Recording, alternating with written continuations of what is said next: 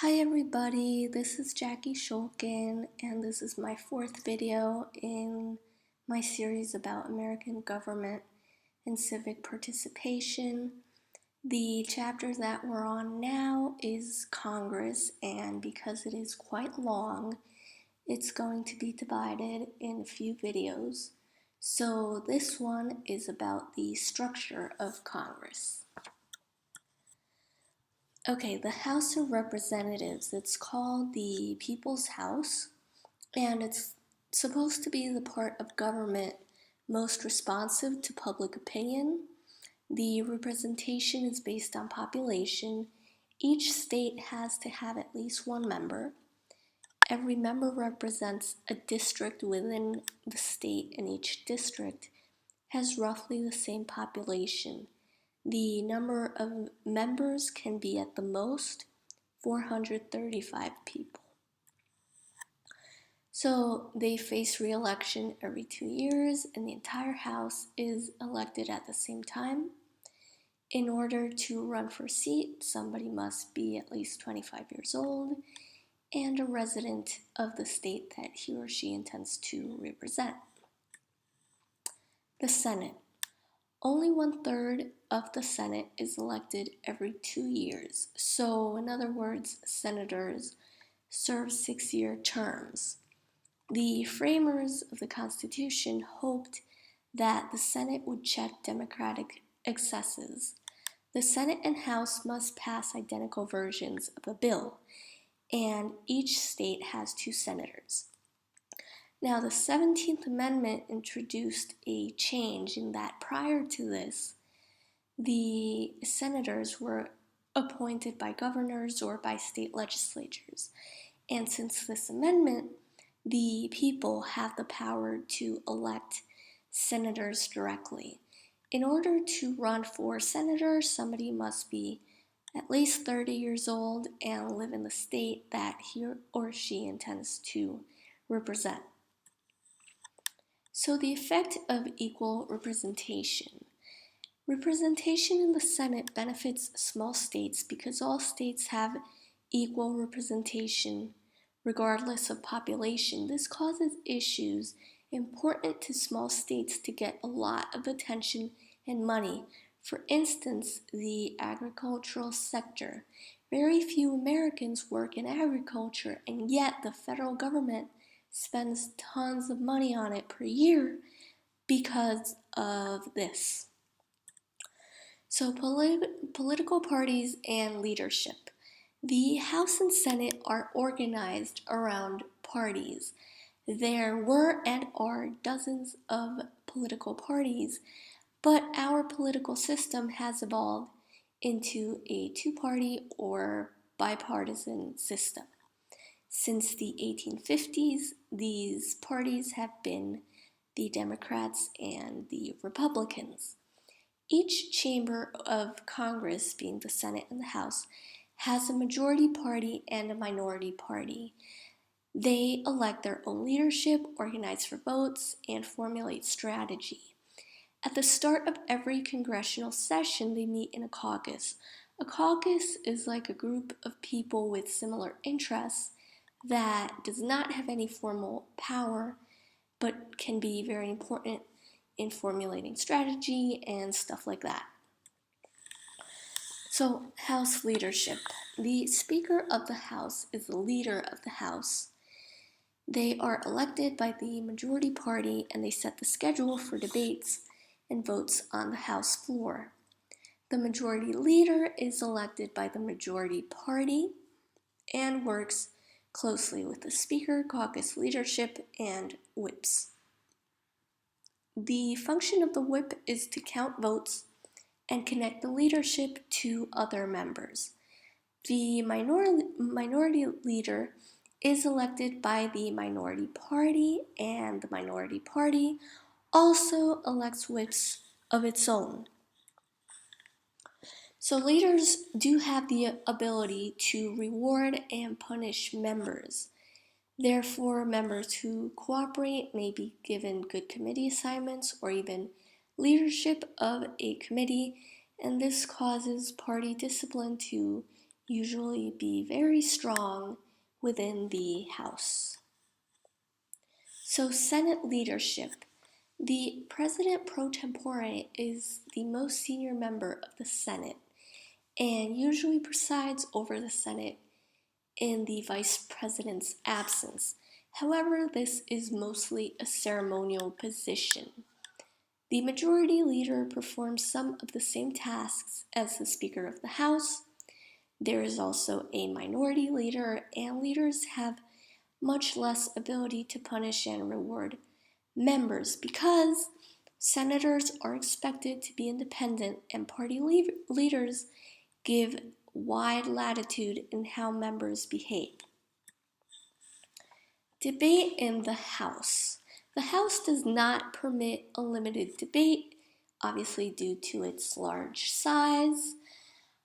Before a bill goes to the floor for debate, it must go through the House Rules Committee, which passes a rule to accompany each bill.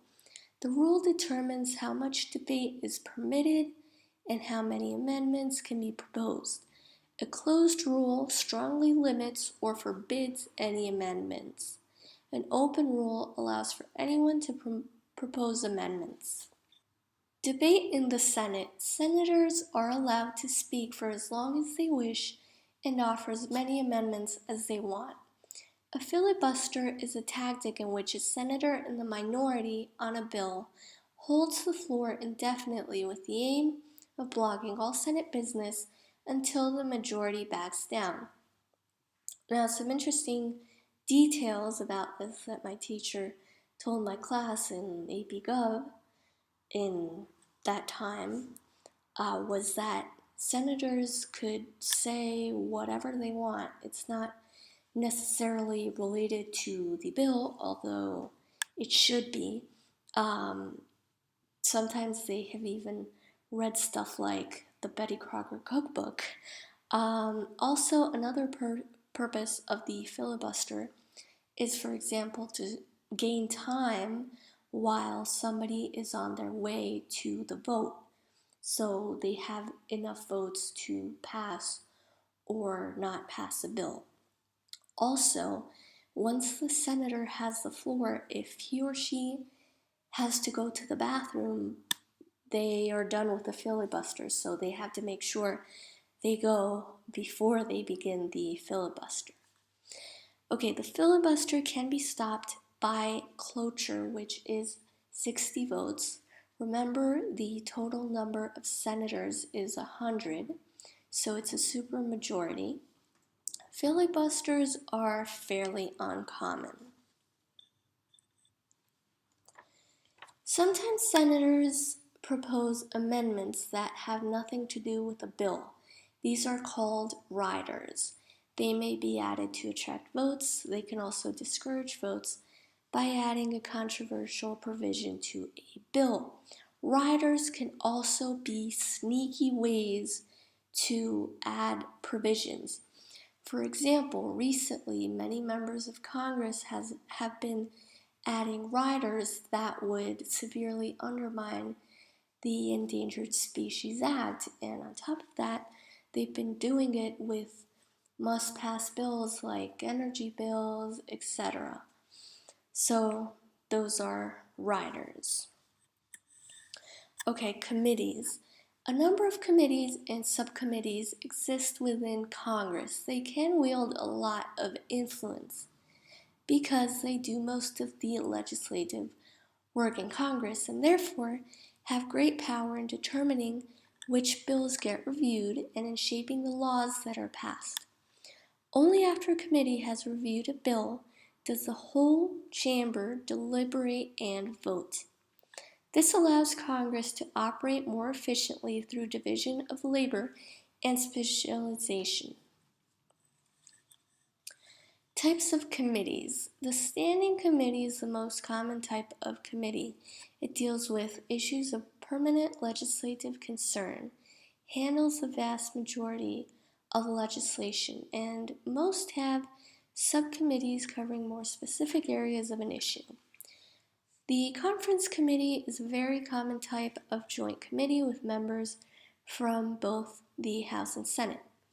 So remember, the House and Senate must pass identical versions of a bill. When this is not the case, the leaders create conference committees to reconcile the differences between the two bills. And what they do is they issue a single bill for both chambers to then vote on. A select committee is created for a limited period and for a specific purpose. For example, the committee to investigate the whole thing on Benghazi. And finally, the Joint Committee, which consists of members of the House and Senate and is usually created to deal with a specific issue. Okay, so examples of congressional standing committees. In the House, we have Agriculture Appropriation, Armed Services Budget, Education, Workforce, Energy and Commerce, Financial Services, Government Reform. Senate, we have stuff like Urban Affairs Budget, Commerce, Science, Transportation, Natural Resources, Environment and Public Works, Homeland Security, Veterans Affairs, all this stuff that's pretty generic and pretty much of permanent and constant legislative concern. So, committee powers. Most bills die in committee. Committees review bills, hold hearings, rewrite bills in open session, and this is called markup. So they also choose whether to refer the bill to the whole chamber. In the House of Representatives, they can override the committee's decision to kill a bill by passing a discharge petition, which brings the bill outside of committee into a vote. However, this is not that common because the members of the committee who were trying to kill the bill could retaliate. So, composition of committees. Party leaders determine which members serve on each committee. The majority party always has the majority of members on each committee. The majority party names the chair of each committee based on seniority, power, loyalty, etc. The chair's function is to schedule hearings and votes, and they could also easily kill a bill. The ranking member is the senior committee member from the minority party. And finally, the staff system. This includes the member staff, which means that each member of Congress has staffers who provide clerical support, help with constituent relations, and conduct research on issues important to the member. The constituents are the people that the members represent, so basically the voters. The members divide their staffers between their home offices and their offices in DC. The committee staff means that each committee employs a number of staffers who organize and administer the committee's work. Staffers also conduct research, offer legal advice, and draft legislation. Staff agencies. This refers to organizations created by Congress to offer policy analysis, including the Congressional Research Service and the Government Accountability Office, which employs staffers. So we have reached the end of today's video. Please share this with your friends and family and stay tuned for the next video. I hope you guys enjoyed and thanks for watching. Bye.